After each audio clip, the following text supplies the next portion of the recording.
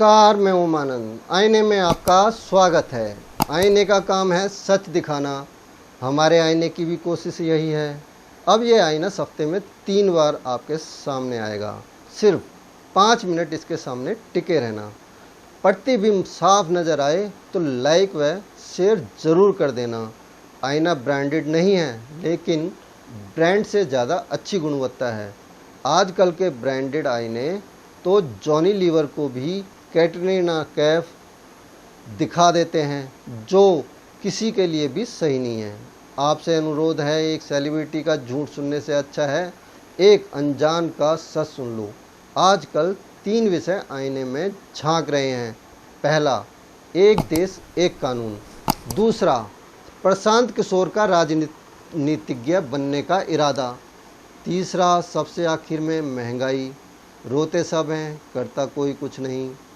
Number 1, एक देश एक कानून। बिल्कुल सही सोच है सरकार की। ऐसा ही होना चाहिए। सभी को इसका समर्थन करना चाहिए, लेकिन तब जब इस पर सदन के अंदर चर्चा हो, तब जब सभी लोगों को विश्वास में लेकर लाया जाए। लेकिन अफसोस, सरकार कहीं पर निगाहें कसी, कहीं पर निशाना की तर्ज पर ही काम करती है।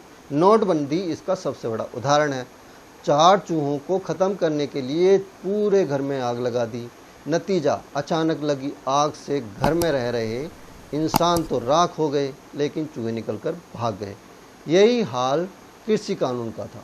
भगवान करे ये कानून एक देश एक धर्म से प्रेरित ना हो, ऐसा जैसा कि आए दिन मांग उठ रही है चारों तरफ से, कुछ संगठनों द्वारा।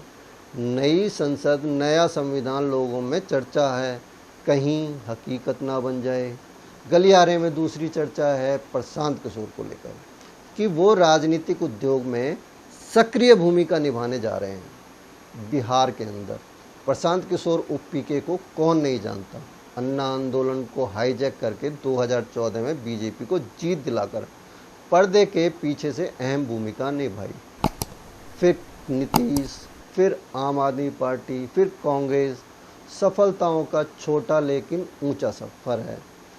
सब लोग उनके चुनाव प्रबंधन के कायल हैं, शायद मैं भी। लोगों में चर्चा है कि क्या पीके बिहार के अरविंद केजरीवाल बन सकते हैं। अब जब ये अलग भूमिका में आ ही रहे हैं तो उनको देखने का नज़रिया भी अलग होना चाहिए।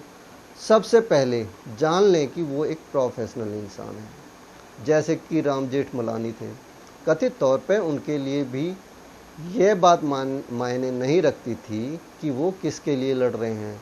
सुना है जीत व फीस उनके लिए महत्वपूर्ण थी। याद होगा इंदिरा गांधी जी के हत्यारों का केस भी उन्होंने ही लड़ा था। अगर मैं गलत नहीं हूँ तो प्रशांत भी वैसे ही हैं।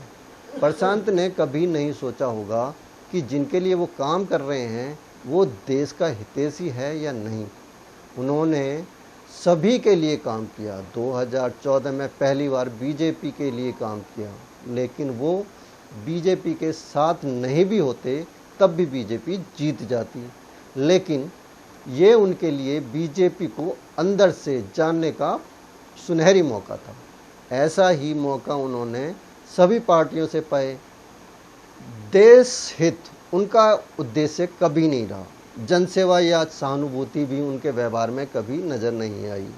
देश में 2 बड़े लंबे आंदोलन चले। पहला रिटायर्ड फौजियों का, दूसरा किसानों का। उनके मन में कभी नहीं आया कि उनके पास जाकर उनसे मिलें, उनका साथ दें। वो अपनी सबसे बड़ी सफलता 2017 में आम आदमी पार्टी को रोकना मानते हैं। मतलब आपकी जीत पक्की थी। मतलब कई करोड़ लोग एक आदमी के बहकावे में आ गए।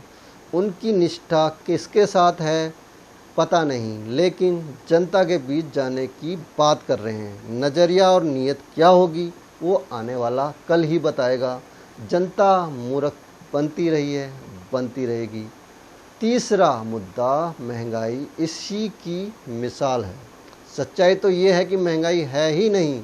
सच ये है कि देश में सरकारी, गैर सरकारी, मान्यता प्राप्त, गैर मान्यता प्राप्त जेब कतरे ज़्यादा हो गए हैं। इनमें मान्यता प्राप्त जेब कतरों की संख्या बहुत ज़्यादा है। ये मैं पहले भी साबित कर चुका हूँ। आगे भी करता रहूँगा। हर आदमी अपनी जेब बचाने से ज़्यादा दूसरे की जेब काटने में व्यस्त है, इसीलिए जागरूक होने का समय किसी के पास नहीं है। दोष नेताओं को देते हैं। जिस तरह फिल्म उद्योग में वैसी ही फिल्में बनाई जाती हैं जैसा लोग देखना चाहते हैं, कारणवश यथार्थवादी फिल्में पिट जाती हैं। नेता भी वही करते हैं जिसमें जनता को मज़ा आता है, जैसे कि दाँत खुजाने में चाहे खून निकल जाए। सरकारें आपको दाद रूपी मुद्दे देती रहती हैं, आप भी मज़े में और सरकार भी मज़े में। मेरा दावा है, जनता चाहे तो सरकारें वही करेंगी जो जनता चाहती है। सिर्फ जागरूक ही तो होना है। होना चाहते हो तो बने रहिए टीवी 4 के साथ। जागरूक रहिए, वरना जो मज़ा खुजाने में है वो जागरूक होने में कहाँ। जय हिंद, जय भारत।